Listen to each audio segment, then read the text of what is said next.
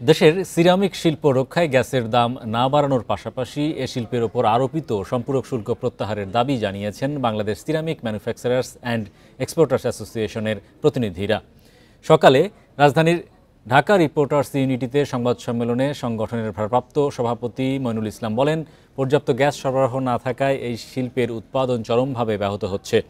এমন পরিস্থিতিতে সরকার নতুন করে গ্যাসের দাম বাড়ালে এই শিল্প চরম সংকটে পড়বে। এ সময় মীর সিরামিক্সের ব্যবস্থাপনা পরিচালক মীর নাসির হোসেন বলেন, সিরামিক খাতকে বাঁচাতে হলে অবশ্যই গ্যাসের দাম সহনীয় পর্যায়ে রাখতে হবে। গ্যাসের চুরি ও সিস্টেম লসের ক্ষতি ব্যবসায়ীদের ওপর চাপিয়ে দেওয়া হচ্ছে বলেও অভিযোগ তাদের। দেশীয় টাইলস উৎপাদন পর্যায়ে 15% হারে সম্পূরক শুল্ক এবং দেশীয় শ্রেণীর পণ্য পর্যায়ে 10% হারে সম্পূরক শুল্ক আরোপিত রয়েছে। দেশটা যেন একটা শুল্ক আদায়ের একটা ক্ষেত্র হয়ে গিয়েছে।